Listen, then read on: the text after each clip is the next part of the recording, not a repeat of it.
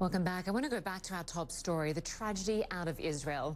Prime Minister Benjamin Netanyahu has set aside Sunday for national mourning for the 45 people killed at a religious festival overnight. They were apparently crushed to death while leaving through a passageway. 150 people were injured. The festival drew tens of thousands of ultra-Orthodox Jews. Investigators are now working through the wreckage as the country's Attorney General begins the process of finding out what went wrong. CNN's Hannah Gold went to the scene. She gives us a vivid description of how this disaster happened. This is one of the areas where tens of thousands of Orthodox Jews gathered to celebrate the Lag BaOmer holiday, typically full of bonfires, singing and dancing. But it turned chaotic around 1 a.m.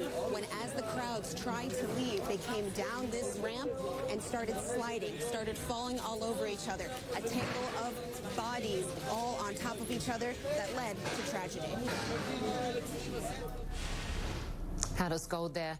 Well, Rabbi Shlomo Katz was just minutes away from the festival when the tragedy happened. He joins us now. Thank you for your time today. Thank you.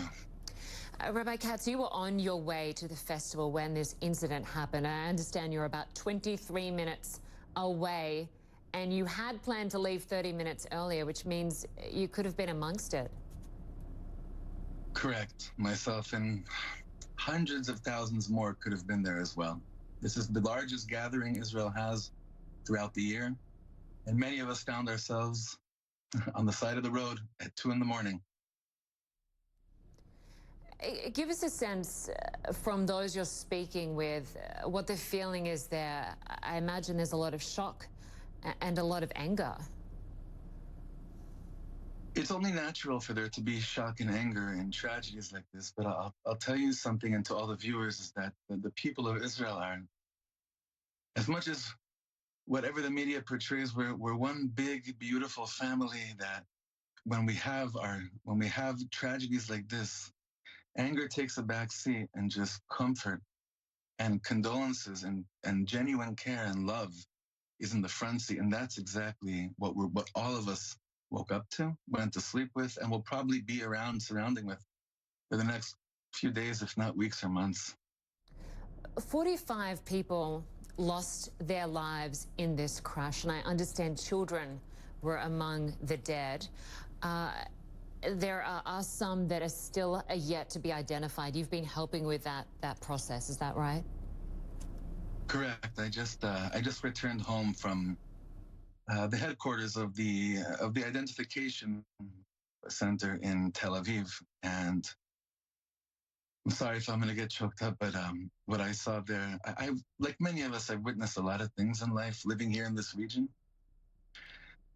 But the sense of seeing parents looking for their children, siblings looking for their siblings, it's something that I admit I have not processed at all. But this is a sense that we've been through this so many times as a people, but there's something different about what happened early this morning that is too soon to really put the finger on and explain on an emotional or rational level, for that matter. I wonder what you make then of how authorities were prepared for this, because as you say, this is an event that happens every year, and in previous years there have been much bigger turnouts. How did this happen? Did authorities just not expect that many people to turn out given the pandemic? I honestly feel that everyone's trying to do their best. Everyone's trying to do their best. There will be people that will have to speak up and will have to pay up for what happened here. But that's not where our hearts are now. Right now, it's a few minutes before the coming of the Sabbath. And there's this general sense of all those questions in the right time. But right now, they can wait. Right now, it's just about, I'm your brother, I'm your sister. Right now, family is what matters more than anything. That's true always, but it's especially true right now, and that's what we're sensing right now.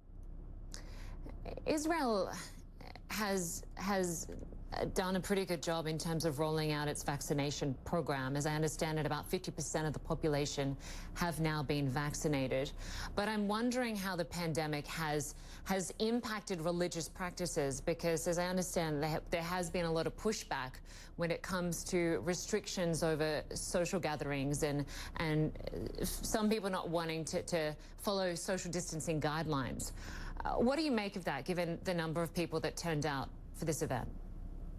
I can only speak from personal experience. Last year, the place was closed, so no one was there. I was there 2 years ago, the last time that it was open to the public.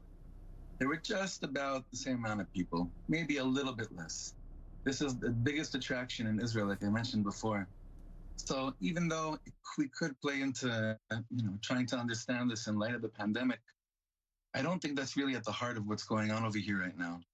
And as much as there's, like I said before, we will examine everything through that light.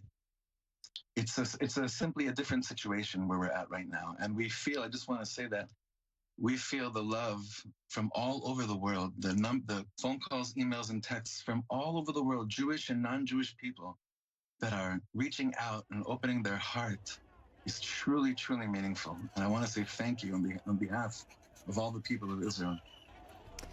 The Prime Minister, Benjamin Netanyahu, spoke shortly after this tragedy. I just want to play a little of what he had to say.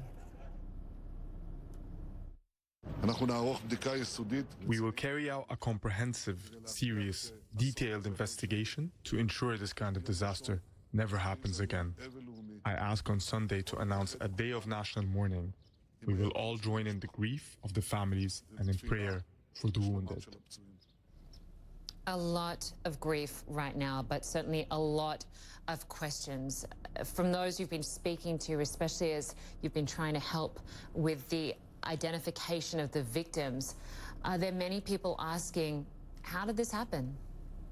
Absolutely. The questions are not just asked on a rational level, meaning, where were the authorities? I'm a rabbi, so the questions to me are more, how could this happen? And you know that when someone has those kind of questions, you don't dare try to give any type of answer. You just put your arm around them and say, you know what? I'm going to ask that question with you together. Right now, what people think is they want answers. Even if we got all the answers in the world, I don't believe it would change anything in terms of what a person senses inside, because it's not about answers. It's something deeper going on here right now. So the questions are coming in every 2 seconds. Every 2 seconds, literally, the phones are nuts. Many people lost phone connections because the wires, everything is so busy. But there's a deeper question that's going on beneath the surface, a question which we know we have no answer for. We're a people that suffered the loss of 6 million people in gas chambers. The question of how could this happen is not something that we know we'll ever get an answer to. So we're dealing with it in the way we know how to, which is to open our hearts wide open and hopefully have more patience for each other as we get through this national tragedy together. Rabbi Shlomo Katz, our thoughts are with you and everyone suffering in Israel over this tragedy. Thank you for your time. Thank you. God bless you. Thank you. Well, we will have much more on this tragedy in the next hour.